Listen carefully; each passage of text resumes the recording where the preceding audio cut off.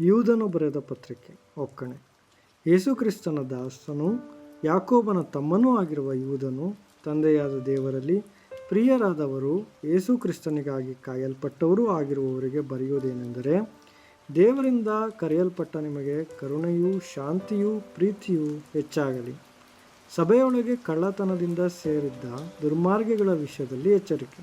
ಪ್ರಿಯರೇ, ನಮಗೆ ಹುದುವಾಗಿರುವ ರಕ್ಷಣೆಯ ವಿಷಯದಲ್ಲಿ ನಿಮಗೆ ಬರೆಯುವುದಕ್ಕೆ ಪೂರ್ಣಾಸಕ್ತಿಯಿಂದ ಪ್ರಯತ್ನ ಮಾಡುತ್ತಿದ್ದಾಗ, ದೇವಜನರಿಗೆ ಶಾಶ್ವತವಾಗಿರುವಂತೆ ಒಂದೇ ಸಾರಿ ಒಪ್ಪಿಸಲ್ಪಟ್ಟ ನಂಬಿಕೆಯನ್ನು ಕಾಪಾಡಿಕೊಳ್ಳುವುದಕ್ಕೆ ನೀವು ಹೋರಾಡಬೇಕೆಂದು ಎಚ್ಚರಿಸಿ ಬರೆಯುವುದು ಅವಶ್ಯವೆಂದು ತೋಚಿತು. ಯಾಕೆಂದರೆ ಭಕ್ತಿಹೀನರು ನಮ್ಮ ದೇವರ ಕೃಪೆಯನ್ನು ನೆವ ಮಾಡಿಕೊಂಡು ನಾಚಿಕೆಗೆಟ್ಟ ಕೃತ್ಯಗಳನ್ನು ನಡೆಸುವವರು, ನಮ್ಮ ಒಬ್ಬನೇ ಒಡೆಯನೂ ಕರ್ತನೂ ಆಗಿರುವ ಯೇಸು ಕ್ರಿಸ್ತನನ್ನು ಅರಿಯದವರೂ ಆಗಿರುವ ಕೆಲವು ಜನರು ಸಭೆಯಲ್ಲಿ ಕಳ್ಳತನದಿಂದ ಹೊಕ್ಕಿದ್ದಾರೆ.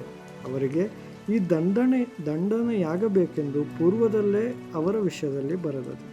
ನೀವು ಸಮಸ್ತವನ್ನು ಮೊದಲೇ ತಿಳಿದವರಾಗಿದ್ದರೂ ನಾನು ಮುಂದಣ ಕೆಲವು ಸಂಗತಿಗಳನ್ನು ನಿಮ್ಮ ಜ್ಞಾಪಕಕ್ಕೆ ತರಬೇಕೆಂದು ಅಪೇಕ್ಷಿಸುತ್ತೇನೆ.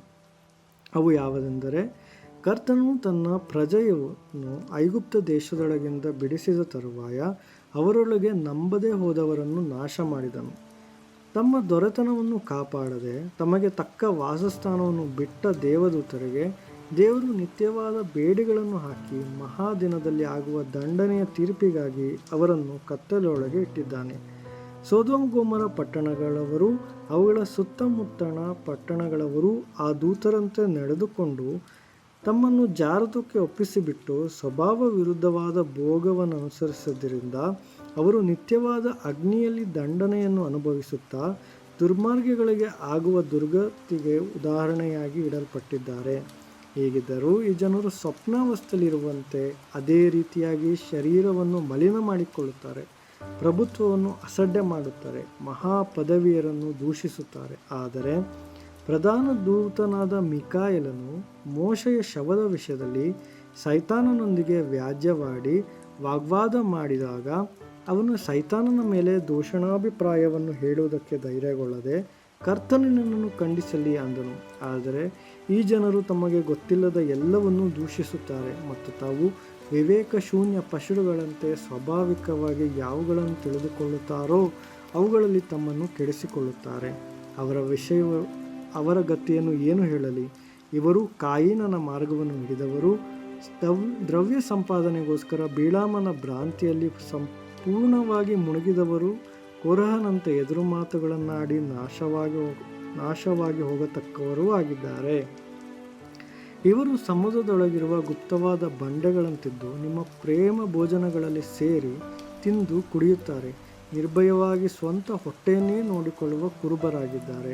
ಇವರು ಗಾಳಿಯಿಂದ ಒಡಿಸಿಕೊಂಡು ಹೋಗುವ ನೀರಿಲ್ಲದ ಮೇಘಗಳು, ಎಲೆಗಳುದುರಿ ಹಣ್ಣು ಬಿಡದೆ ಒಣಗಿ ಹೋಗಿ ಬೇರು ಸಹಿತ ಕಿತ್ತು ಬಿದ್ದ ಮರಗಳು, ಸ್ವಂತ ಅವಮಾನವೆಂಬ ನೊರೆಯನ್ನು ಕಾರುವ ಸಮುದ್ರದ ಹುಚ್ಚು ತೆರೆಗಳು ಆಗಿದ್ದಾರೆ.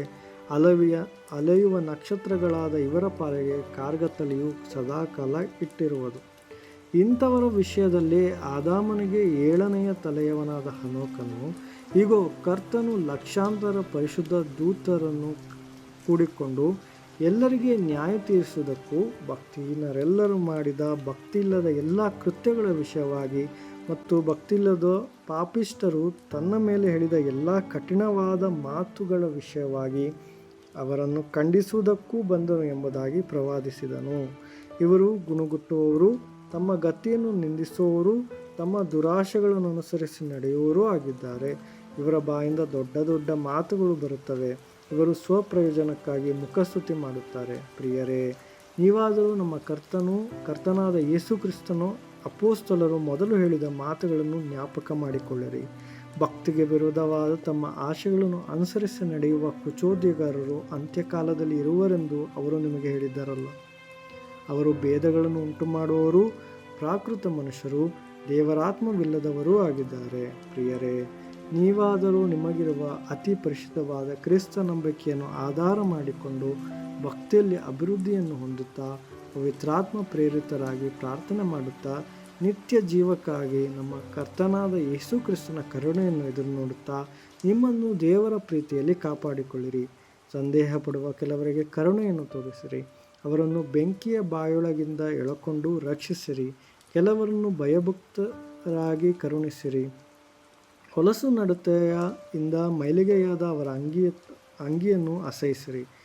ಎಡವಿ ಬೀಳದಂತೆ ನಿಮ್ಮನ್ನು ಕಾಪಾಡುವುದಕ್ಕೂ ತನ್ನ ಪ್ರಭಾವದ ಸಮಕ್ಷಮದಲ್ಲಿ ನಿಮ್ಮನ್ನು ನಿರ್ದೋಷಿಗಳನ್ನಾಗಿ ಹರ್ಷದೊಡನೆ ನಿಲ್ಲಿಸುವುದಕ್ಕೂ ಶಕ್ತನಾಗಿರುವ ನಮ್ಮ ರಕ್ಷಕನಾದ ಒಬ್ಬನೇ ದೇವರಿಗೆ ನಮ್ಮ ಕರ್ತನಾದ ಯೇಸು ಕ್ರಿಸ್ತನ ಮೂಲಕ ಪ್ರಭಾವ, ಮಹತ್ವ, ಅಧಿಪತ್ಯ, ಅಧಿಕಾರಗಳು ಎಲ್ಲ ಕಾಲಕ್ಕಿಂತ ಮೊದಲು ಇದ್ದ ಹಾಗೆ ಈಗಲೂ ಯಾವಾಗಲೂ ಇರಲಿ. ಆಮೇನ್.